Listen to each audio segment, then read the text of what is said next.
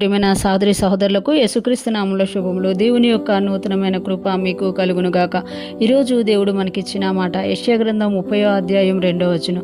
వారు నా నోటి మాట విచారణ చేయక ఫరో బలము చేత తమను తాము బలపరుచుకొనుటకు ఐగుప్తు నీడను శరణుజొచ్చుటకు ఐగుప్తునకు ప్రయాణము చేయుదురు. ఈ మాటలు మనం యెషయా గ్రంథంలో చూస్తున్నాము. యెషయా ప్రవక్తకి దేవుడు ఇచ్చిన వాక్కు ఇది అని తెలియజేస్తూ లోబడని పిల్లలకి శ్రమ అని చెప్తున్నామట. ఎవరైతే దేవుని వాక్యానికి లోబడకుండా, దేవుని మాటలకు లోబడకుండా, దేవుని యొక్క సన్నిధికి లోబడకుండా దేవునికి విరోధంగా జీవిస్తారో వాళ్ళు ఎలా ఉంటారు అనేది ఇక్కడ తెలియజేస్తున్నమాట. ఎలా ఉంటారంట? 2వ వచనం యెషయా గ్రంథం 32 చూస్తే, వారు నా నోటి మాట విచారణ చేయక, దేవుని నోటి మాటను వారు విచారణ చేయరట. దేవుని యొద్దకు వచ్చి విచారణ చేయరు. దేవుడి దగ్గర విచారణ చేస్తే ఒక మాట దొరుకుతుంది అన్న ఆలోచన లేకుండా వారికి ఇష్టమైనట్టుగా వారు వెళ్ళిపోతుంటారు అని తెలియజేస్తున్నమాట.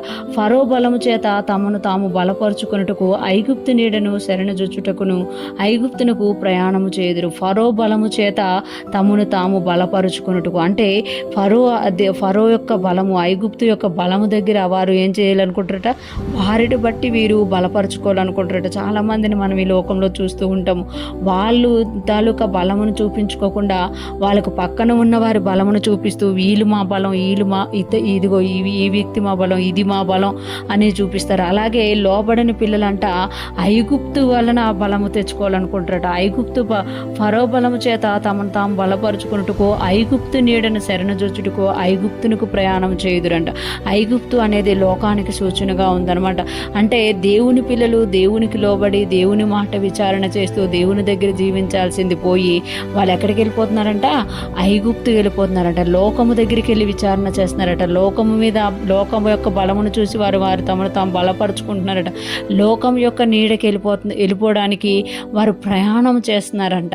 అంటే దేవుని యొద్ద ఉండాల్సిన దేవుని పిల్లలు దేవునికి లోబడక లోకమును దాని ఆశలకి లోబడుతూ లోకం వైపు వెళ్ళిపోతూ దాన్ని బలపరుచుకోవాలని చూస్తున్నారు అని ఇక్కడ తెలియజేస్తున్నారు. ఈరోజు ఫ్రెష్ మన్నా వింటున్న ప్రతి ఒక్కరూ జ్ఞాపకం చేసుకోవాలి.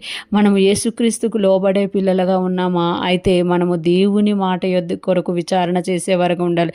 ఆయన ఏం మాట సెలవిస్తారా, ఆయన నోటి నుండి మనకి ఏ మాట వస్తుందా అని మనము చెక్ చేసుకోవాలి అని తెలియజేస్తామట.